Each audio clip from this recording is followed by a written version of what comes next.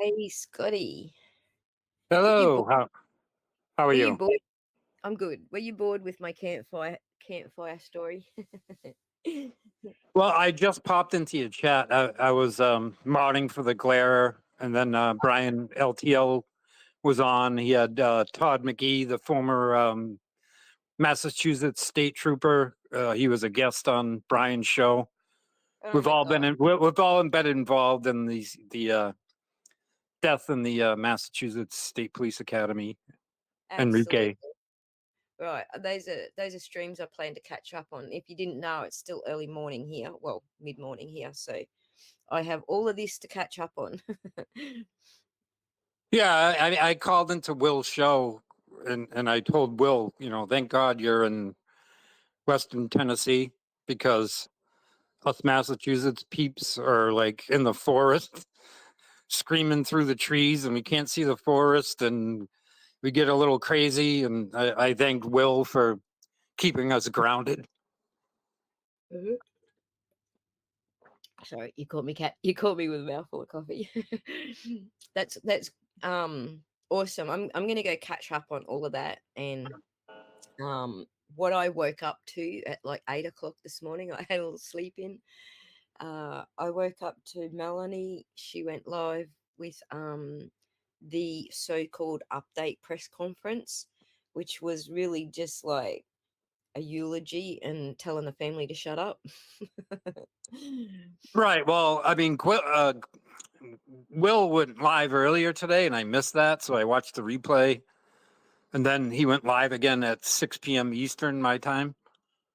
And Did you his see? early his Did you? earlier show, he was showing Worcester County DA Joe Early's press conference when he brought out Enrique's family, and Right, he right. and he I don't know if you saw it, but he was telling the public, like, listen, um, we as the Worcester County DA's office and our own little CPAC Mass State Police Detective Group, we're obviously conflicted in this investigation because the Massachusetts State Police Academy is in New Braintree, which is on the western borders of Worcester County, Right. it's technically Central Mass.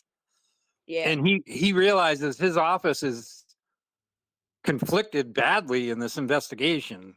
But who he brings in to investigate is what my question is, because above him is the Mass Attorney General's office under Andrea Campbell. And then above her is the Massachusetts State Governor Maura Healey. Hmm. Um, they're in a pickle here. I don't know what they do. Right. I don't know. I don't know what I was expecting for an update. We've got this body investigating where we've got video footage. We're getting there. We're working out what's happening. We've got um, the ME report coming. I was expecting something along those lines, and what we got was kind of Canton's excuses. Like we Well, have to tell. I mean, We're not I telling you changed. nothing, we're I investigating ourselves. I changed my profile picture. Okay, so this is us Saturday afternoon at the Canton Police Station lawn Yep, doing our protests. That's Mark from Mazda Media at the microphones.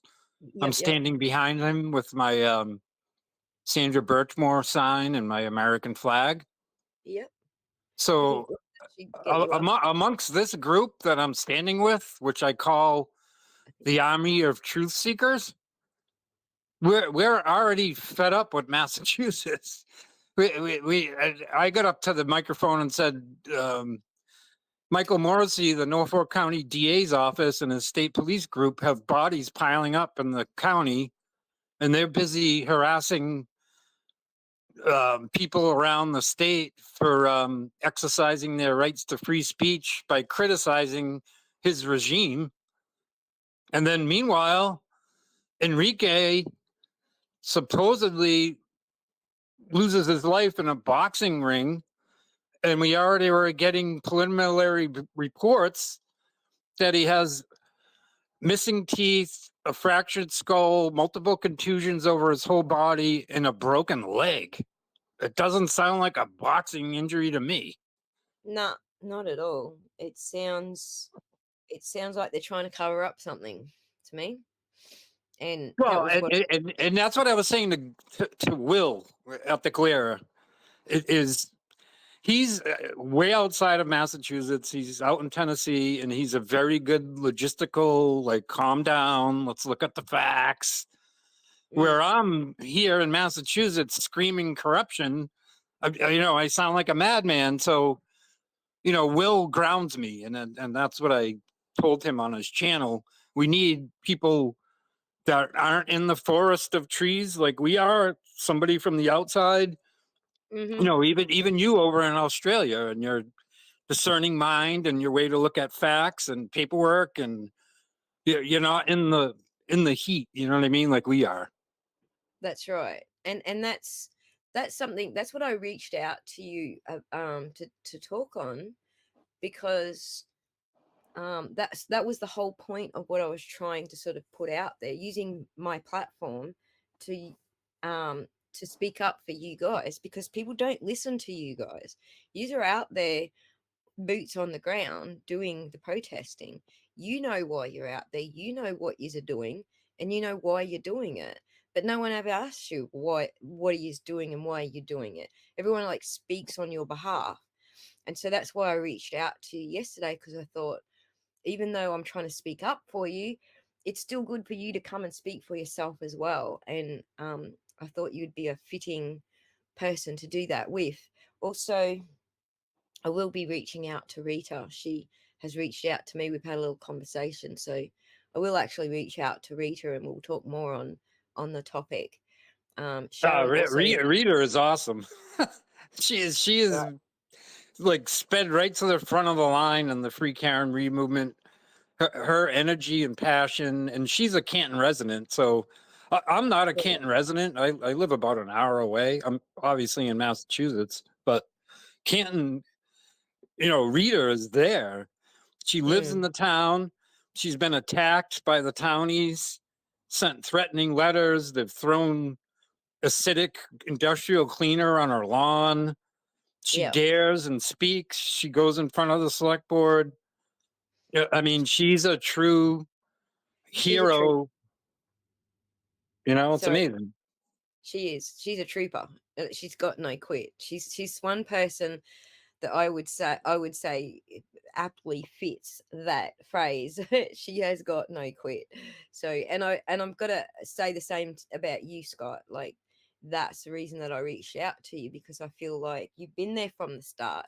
You know what was going on. You saw what happened that specific day that the media wants to keep on bloody replay. So you know what was going on. Well, So like I told you our last interview, one of the reasons I was like early OG boots on the ground is because I personally knew of the corruption and right, and and stuff that was going on that the average public wouldn't know of. So 5 years ago, I could be on your show and I could call you and say, "Look, there's a serious problem in Massachusetts. The way these DAs are elected into office, and how they can assemble their own little state police CPAC detective groups is a serious problem." I yeah, would have yeah, sounded insane to everybody, the world, you. right, Where I stand today is people that I'm with in the Free Karen Reed movement and what they've seen happen in the Karen Reed, John O'Keefe trial, what they've seen happen in the Sandra Birchmore case. There's a couple other cases we could discuss, bodies that were ejected from vehicles in Canton, and yeah, supposedly family self unalive cases that are fishy as heck. But right, now, amongst all this, so I look at ourselves as the army of truth. We landed on the beach in April of 2023, and we've been heading inland toward the tower of corruption, quote unquote. and Right. we're trying to get to the truth. We're trying to get to the heart of the problem, the systemic politics, and how the police and the politicians and the DA's office is set up in Massachusetts, and how it can Right. lead to this rampant corruption. So as I Right. stand here today, I don't sound as crazy as I would have 5 years ago. Absolutely. Absolutely. Like these cases needed to unfold to to shine the light on it. Like until this all happened, what you guys knew locally was never going to be like accepted by anybody mainstream. Well, what's so frustrating is the outside world. They all they see is the mainstream media take on things. So, like court TV or Oh, all the it's shocking. all the Boston TV news stations. They're basically propaganda mouthpieces for the government that runs Massachusetts. So I literally cannot put on local news and watch it because I literally my blood pressure goes through the roof, and I'm like, you people are lying. I'm not even gonna. I turn it off. I can't even watch it. I So, can't even but watch it. that's what outsiders see. They see the mainstream media take on things and their angles, and if they listen to somebody like me, I'm just some insane guy with Sandra Birchmore sign at a podium telling everybody in the world that our government is corrupt, and I sound like a madman. No, you don't. Not after what we've seen. You don't sound like a madman. Just to fill you in, I'm not sure that I have said this to you before. I probably have because I often do repeat myself. Apparently, according to my kids. But I came into this, so I had heard on the mainstream media, obviously, that um Karen Reed had killed to prove it. And so I pushed that aside. I went, okay, that's not a case I'm going to follow. You broke up there. I didn't hear your last sentence.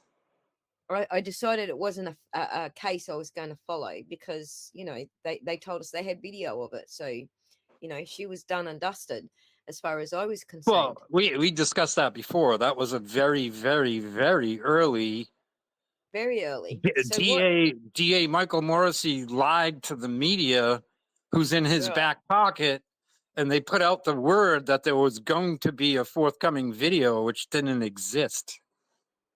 right. And so what caught my attention was when you guys started getting arrested. That's when I stood up and took notice. I was like, hey, hang on a second. What's going on here? You don't have Well, protesters get update arrested on that. Sorry to interrupt you again. yet. Two more people have been summoned for yet Yes, another witness intimidation hearing. So Yuri Buchanan and the rest of DA Morrissey's SS trooper group, they're still roaming the countryside, terrorizing free-speaking Massachusetts citizens that are speaking against the regime, and they're bringing more people into court now for texts and calls they've made from like last year. These people are desperate. They're like Gestapo going through the countryside trying to round up dissenters of the regime. right.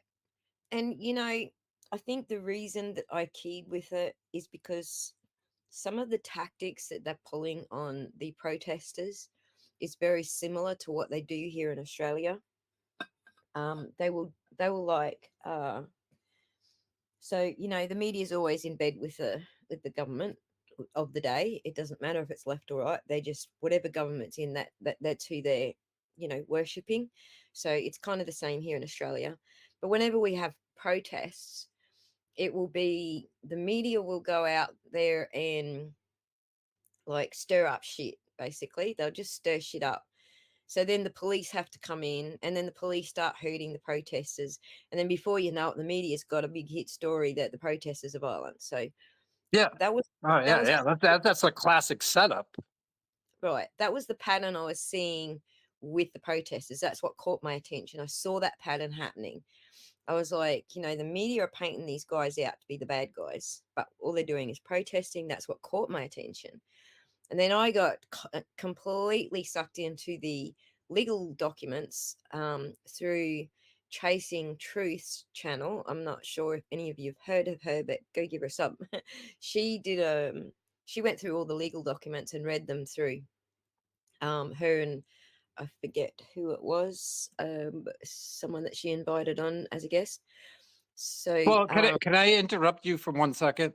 sure. When you say legal documents, quote unquote, I even take offense to that because like the initial police reports that Canton police wrote, um, the police reports that the Norfolk County DA's office state trooper detective group wrote were so biased, if not outright lies. The witnesses, quote unquote, that were in the house weren't interviewed in the proper way. They had a friends and family meeting at Jen McCabe's house later in the day after they all got their stories straight. The the That's the initial the initial Canton police reports were very vague. So when you say I've studied the documents from Australia, no, no. what I say to you is already realize the documents that you're reading are already tainted. Right. Well, that was the point. We didn't think much of it until we started reading the documents and seeing for it with our own eyes that there was a whole bunch of bullshit going on. It was reading the documents, like just the police reports alone didn't add up. And that was the thing that Tracy was saying when she was reading it. This all sounds like hocus pocus to me. Then after that, I got into it a lot deeper, and then I realized, so I'd already been through the Depp v. Heard trial, and in that trial, Heard had like, 9, or I can't even remember how many different statements that she had to put out there, because every time she got busted telling a lie, she had to put another statement out to cover her tracks. And that was what I saw with Jen McCabe's statements before. This is before anything, before I even saw a pre trial hearing. I saw the police reports. Jen McCabe's got multiple different statements doing an Amber Heard on us. So, and I think that's what Tracy picked up on as well. That you tell, if you're telling the truth, you come out with one statement. Here's everything I remember, and that's it. End of story. But that's not what we were seeing here. We were seeing Jen McCabe had to keep coming back and making another state and another state and another. You know what I mean? So it was sus from the get go. We saw that just from the police reports that it was sus from the get go. So Yeah. yeah, So I guess from my point of view is going into this way before a lot of people followed the Karen Reed trial. I already saw what was coming down the pike. I already knew the cover up was in. I already knew the initial Canton police reports were lies. I already knew that Norfolk County DA's Morrissey's state police detective group were going to do everything they could to cover this. So I basically I'm an ultimate disrespecter of any of the police reports because I know they're all lies and cover-ups. But if I right, was to go to the town square and get on a soapbox and start telling the locals, hey, everybody's corrupt, the police are corrupt, your government is corrupt, your town select board is corrupt, your Massachusetts governor is corrupt, I sound like a right. madman. No, I didn't think he sounded mad at all, especially after reading the police reports and seeing what was written in there. And the fact that anyone was buying that crap, first of all, that police even wrote those reports was the first shocker to me. And then the garbage that was written in them. So if you go back through my channel, right back to the very start, that was the first sort of thing that I started covering. Was some of this shit don't make sense. The stuff that they've written in the reports, how their stories don't match.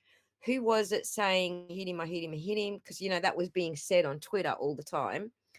So I had to go and, I actually dedicated a whole video researching, okay, who was it that said that?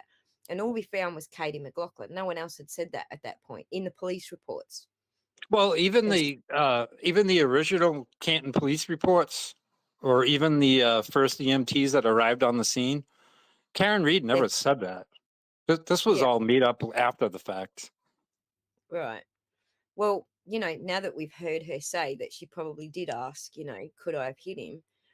I'm still going with, if you remove a question mark, you can certainly make that sound like a statement.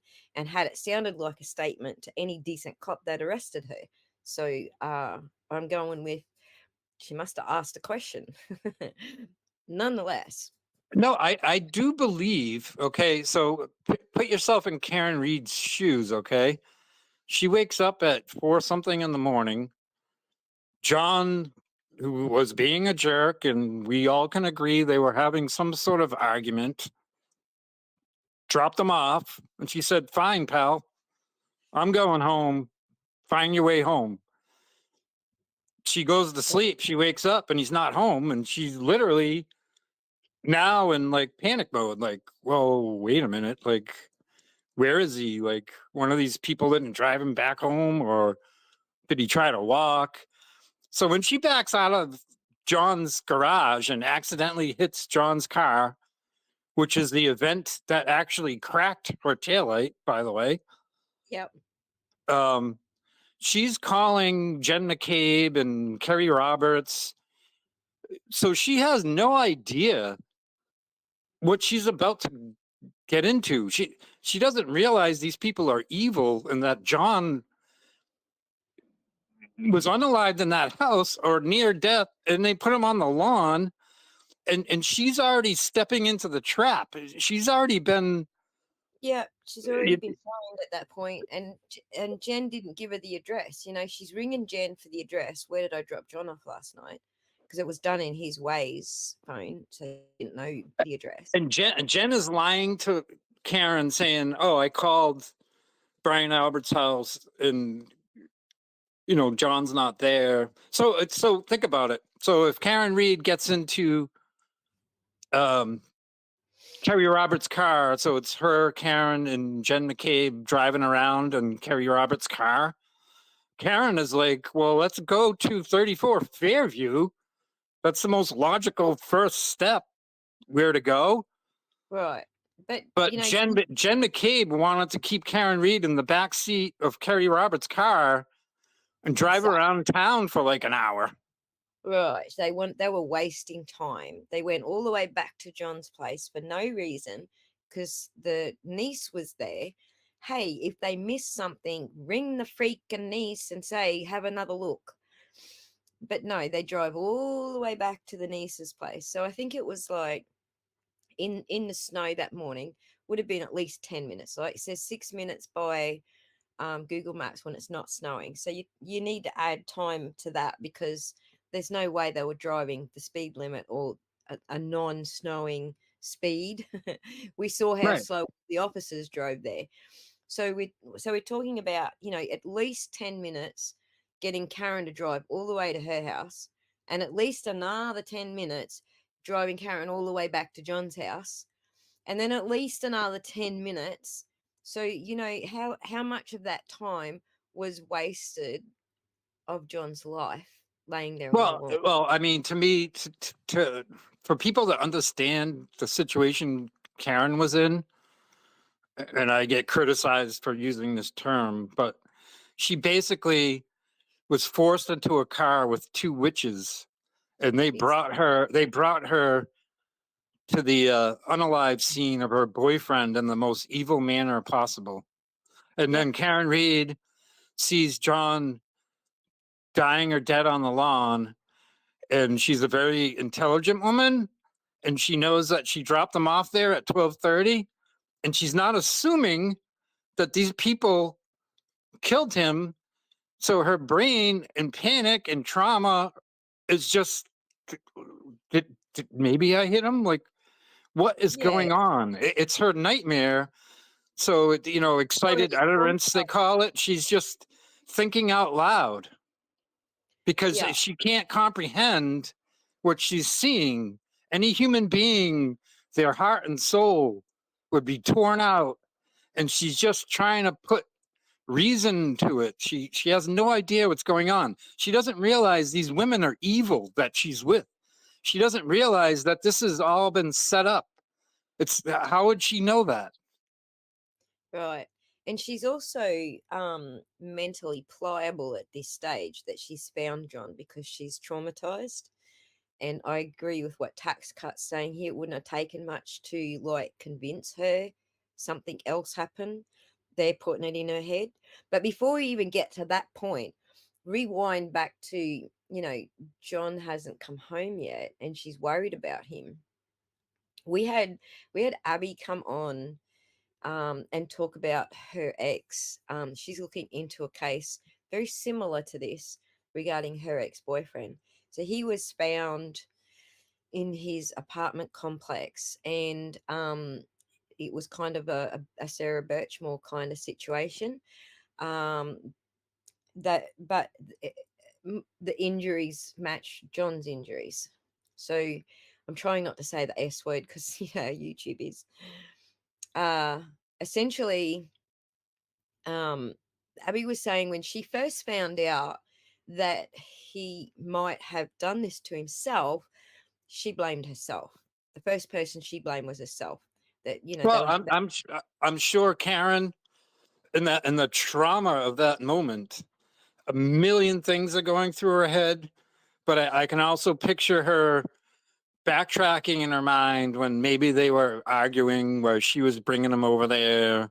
She didn't want him to go in. She didn't want to go in. And then she did one of those, okay, jerk. If you're drunk and you want to go in there, screw you. Find your own way home. She left. Okay. Now she Mm, wakes up in the morning. Well, she was also texting him, like, are you coming home? A hole? Like, what are you doing? Are you screwing some other woman? And then she finally fell asleep.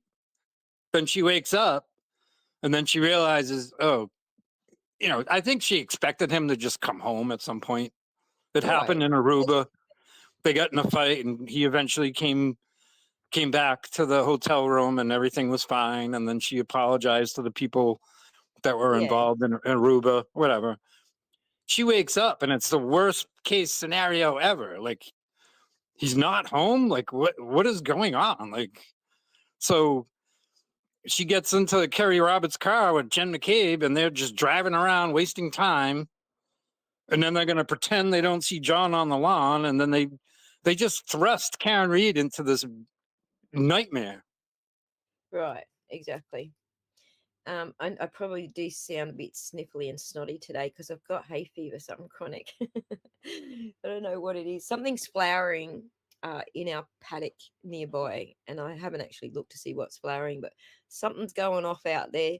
I heard the bees the other day. As soon as I can hear the bees, I know I'm going to get hay fever. So apologize. I haven't taken any medication to nip it in the bud and not sniffle in your ears. Apologies. But So, I'm sure part of what Karen, the million things that were going through her head, because she's looking at John on the lawn saying, what the hell happened? So a million right, ideas are going through her head. But I also right. imagine there's a slight bit of guilt where she might be thinking, I should have never dropped him off here. I should have not gotten in an argument with him. And women are like that. Like they even though the guy is wrong and the guy is a jerk, women look back at it saying, "Oh, maybe it was my fault. Right. Maybe I shouldn't have dropped him here, or whatever." We had a very interesting live stream about women blaming themselves with Nurse Kim and Shorty a couple of days ago, and it does seem to be pretty common. We're always looking for another excuse, and it's usually ourselves. Or you're the reason. It's your fault. Yeah, So no, women are very loving and loyal creatures, and guys that want to be jerks, they can really take advantage of that, and it's right. sad, really. So just to bring it back around, the conversation back around again, what were you guys who were you booing at the courthouse? Do you recall that part of the protest that day?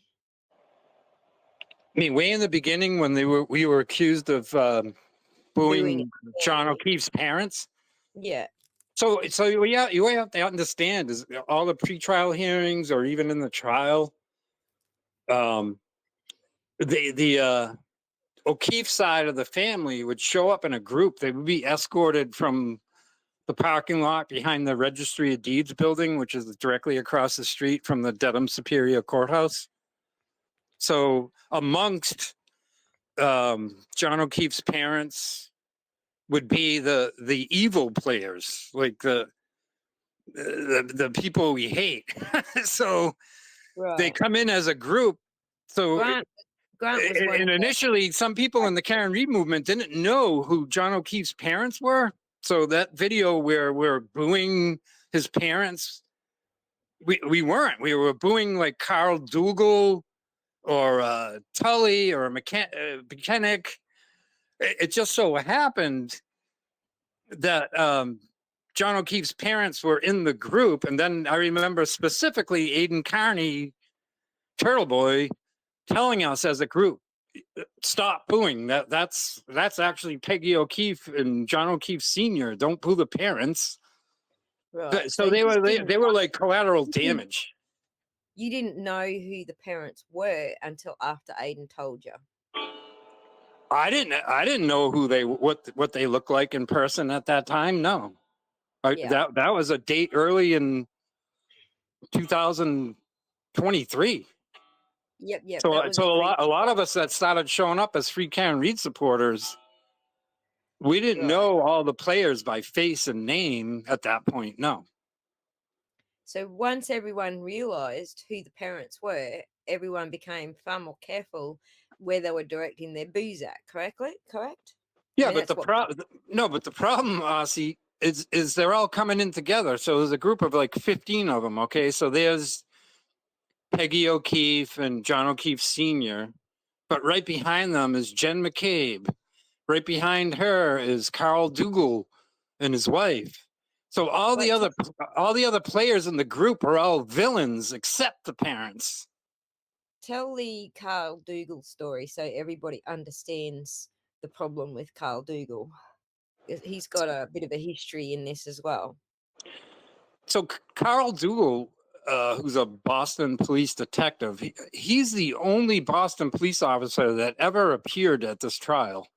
So normally, if a Boston police officer is fallen and the accused, you would have dozens or 100 of Boston State Police outside the courtroom, in the courtroom, looking for justice, hoping the accused gets found guilty. There's been zero Boston police presence during this entire trial, Except him.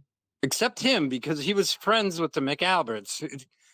He's kind of tied in to the whole thing. So he was the only Boston police officer to show up on the other side, quote unquote. And Yeah. him and his wife Jackie are just jerks. They're just awful people, terrible. And there was one point during the trial that Karen Reed was coming out of the ladies' room and Carl was walking in or out of the men's room, and he shoulder butted her.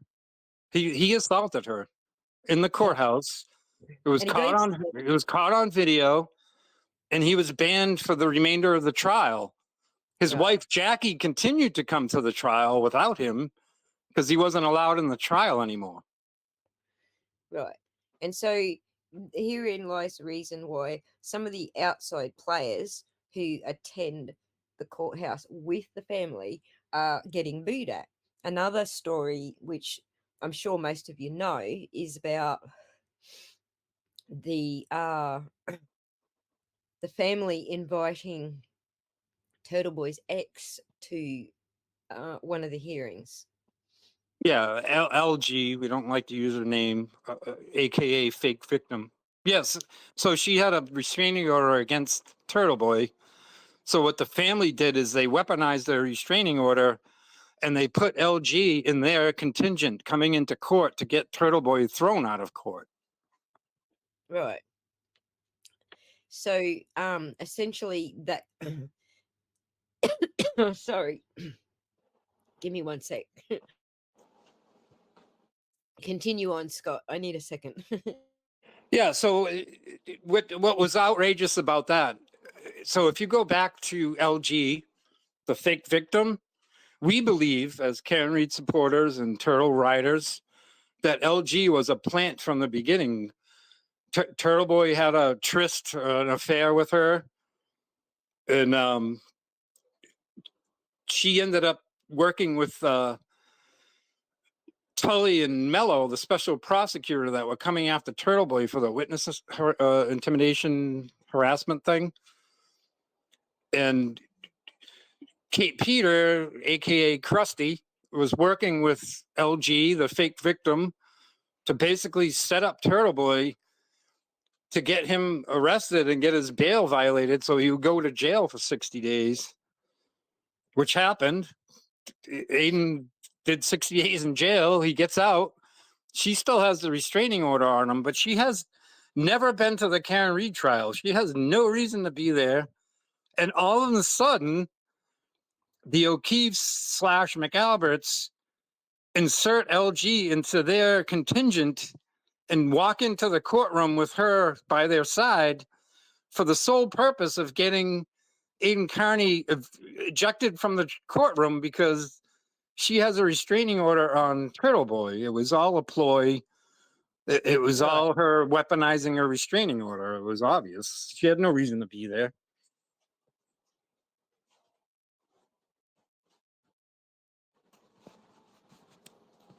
So in the end, I think it's important to understand that anything that the O'Keefes can do to lash out at Karen, they will do. So they brought in um John O'Keefe's ex-girlfriend from 20 years ago. That was to lash out at Karen. That's not because John O'Keefe's ex-girlfriend from 20 years ago actually did stay in contact with him. She didn't even know who they were talking about when she was told he'd been killed. So that we know Right. that they Well, it goes back to the look at the sequence of events. Okay, so Karen Reed's initially charged with vehicular homicide or whatever. She yeah, refused to plead to that.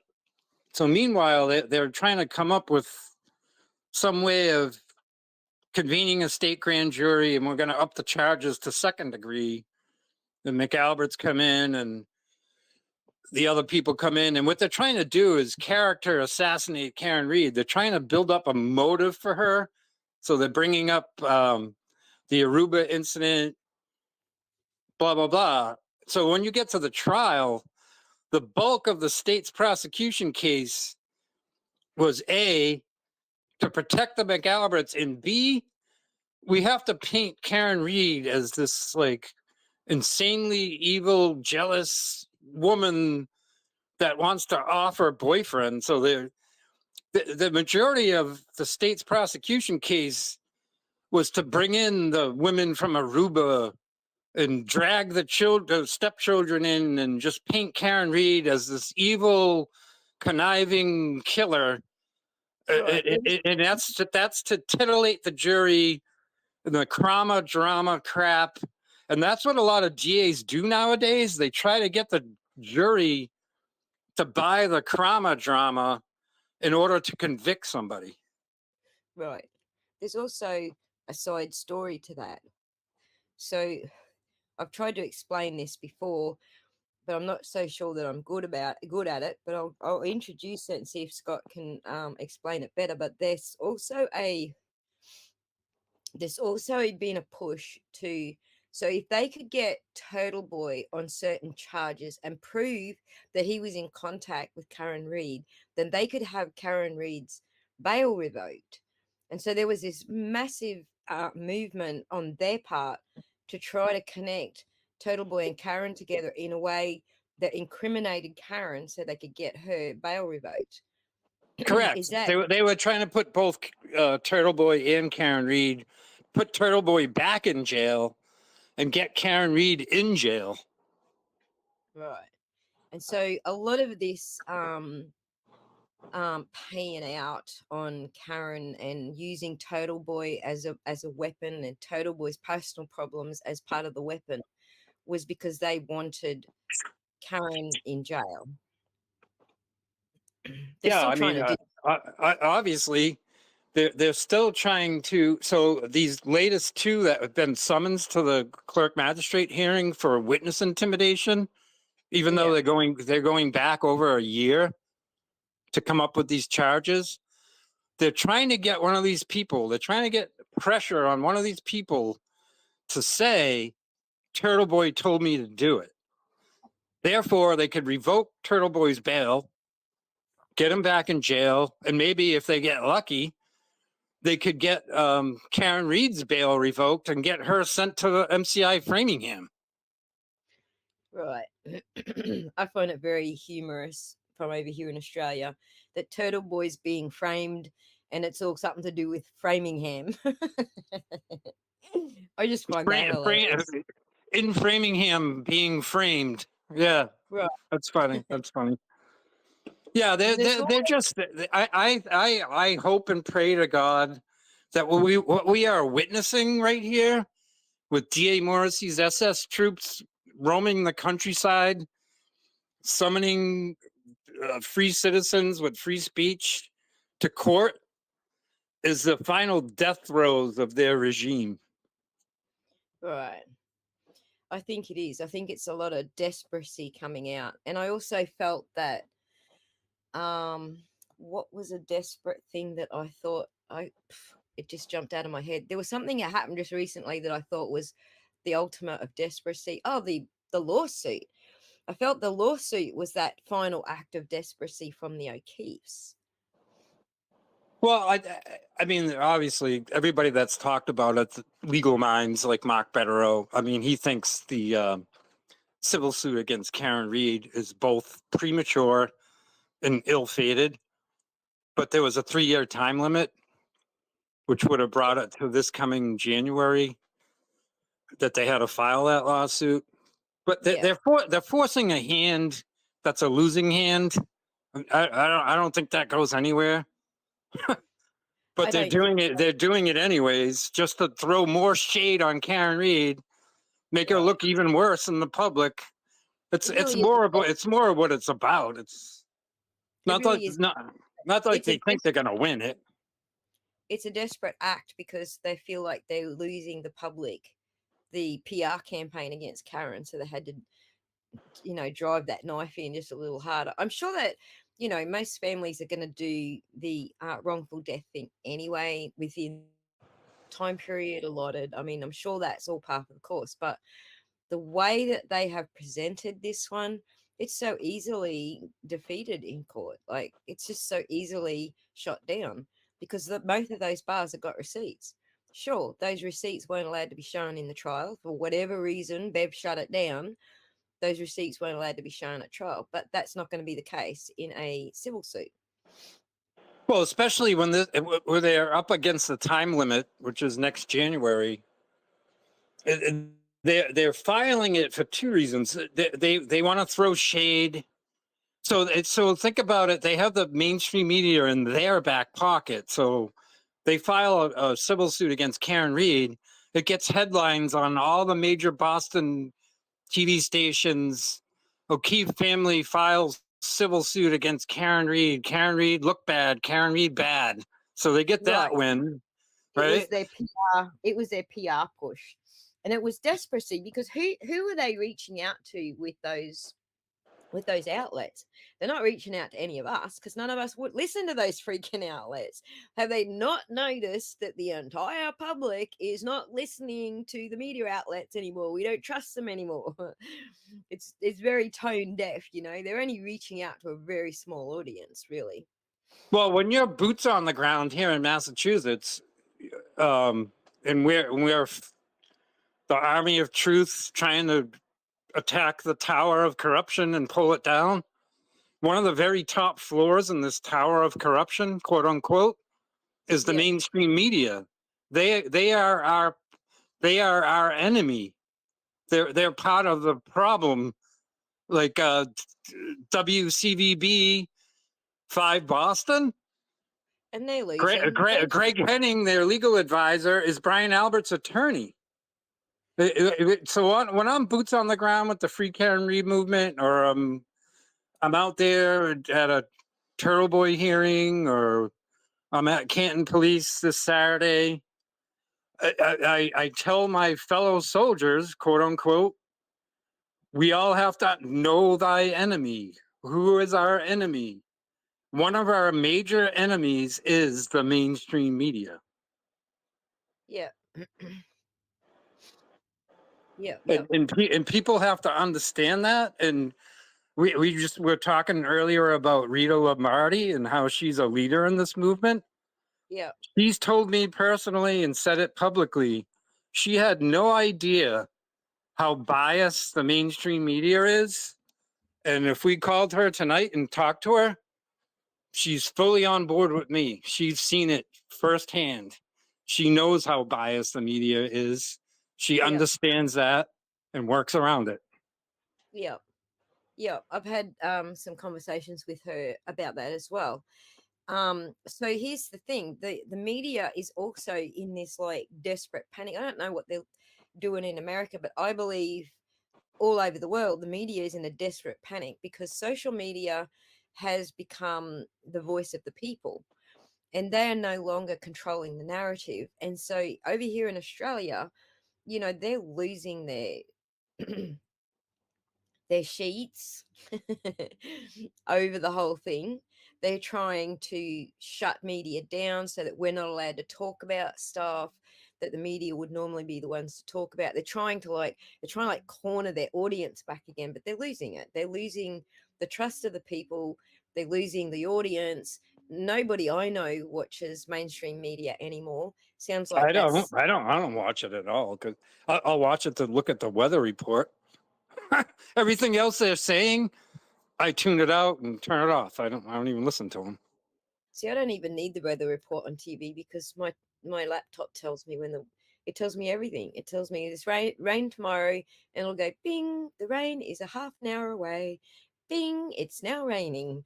No, Bing. I get what you're saying. You Oh, don't need the local news to see it weather. I like to put it on. I don't even put it on. Like I might be out somewhere and see it on TV. You might see like breaking news. So it's kind of like you can't help but look at the train wreck. You want to, or a car wreck. You want to look. But then 2 seconds into the story, I already see them twisting the narrative. And then I'm like, I get sick to my stomach. I'm like, okay, I see where they're going now. They're going to twist right. this all around.